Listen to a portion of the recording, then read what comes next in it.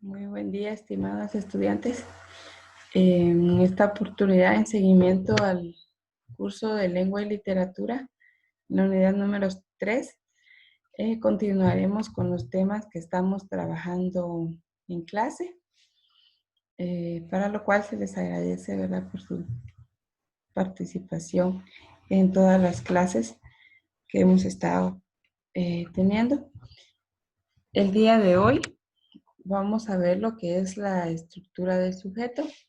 Entonces es muy importante identificar primero a qué nos referimos cuando hablamos de la palabra sujeto. Y podemos ver a través de un ejemplo bien claro lo que significa el sujeto. Leemos la siguiente oración. Emilio le puso una cortina a la pecera porque decía que lo veían todos. Y ahí entonces viene una interrogante. ¿Quién le puso una cortina a la pecera? Damos cuenta que es la palabra Emilio. Entonces, ahí está claramente definido que Emilio es el sujeto. ¿Por qué? Porque el sujeto es la persona, animal o cosa en la que se está diciendo algo en la oración. O sea que directamente es el que se está hablando en la oración. Este es el sujeto. Está claro, ¿verdad? Lo que estamos viendo acerca del sujeto. Ahora bien, vamos a ver los tipos de sujeto. Existen dos tipos a grandes rasgos de sujeto, y uno es sujeto expreso y el otro sujeto tácito. Entonces, primeramente vamos a ver lo que es el sujeto tácito, que es cuando el sujeto está ausente, pero sobreentendido, o sea, en la oración, ¿verdad? Leemos la oración que tenemos de ejemplo y dice, yo iré a ver el partido. Se sobreentiende que el sujeto ahí es yo, ¿verdad? Más, como dice aquí, ¿verdad? Se siente ausente, pero sobreentendido. Entonces sí está claramente identificado el sujeto ahí, que es la palabra yo. En el sujeto expreso es cuando el sujeto está presente, o sea, claramente visible, por decirlo así. Y se divide en dos grandes composiciones. Primero, en el sujeto simple. Segundo, en el sujeto compuesto. Podemos ver un ejemplo, ¿verdad? El sujeto simple es aquel que solo tiene un núcleo. Y vemos en la oración, María viajó a España. El sujeto está identificado bien como la palabra María. Sujeto compuesto es aquel que tiene más de un núcleo. Y un ejemplo claro, ¿verdad? Es María y Juan viajaron a España. Ahí es su sujeto compuesto. ¿Por qué? Porque se refiere a dos personas en una misma oración.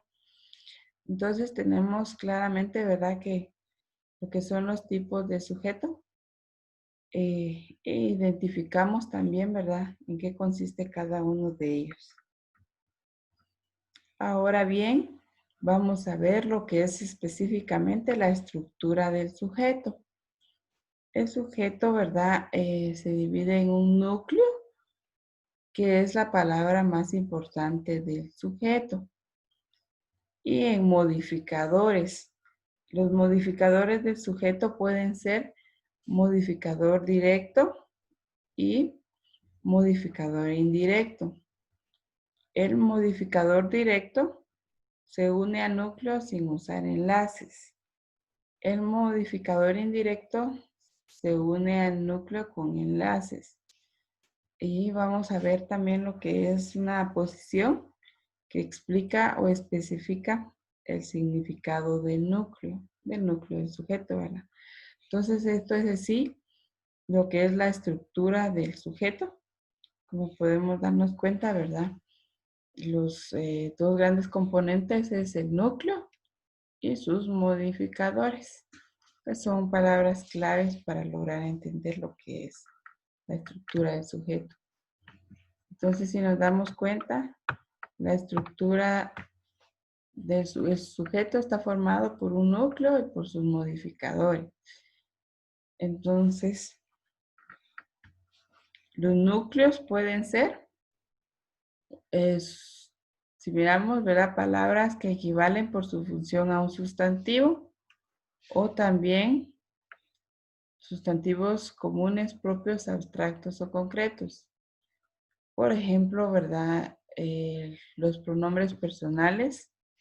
Ella está muy bien, es un ejemplo. El infinitivo o nombre del, ¿verdad? Perdonar es necesario, es un ejemplo. Los adjetivos sustantivos, su ejemplo, ¿verdad? Este rojo carmesí es hermoso. Entonces, nos damos cuenta ahí del ejemplo claro que no solo se refieren a personas específicamente, sino también a cosas, como puede ser animales también. Entonces, estos son lo que pueden ser los núcleos del sujeto, que pueden ser sustantivos comunes, propios, abstractos o concretos. Entonces, aquí vemos los ejemplos claramente de ello, ¿verdad? Entonces, esto es el tema de lo que es la estructura del sujeto y los ejemplos que podemos darnos cuenta de cada uno de los componentes que tiene. Es muy importante, ¿verdad? Saber que el sujeto, la persona, animal o cosa, componen una oración y tiene su propia estructura también como tal para que lleve un orden específico y nosotros podamos entender a qué se refiere cuando está hablando. Les agradezco mucho por su atención a la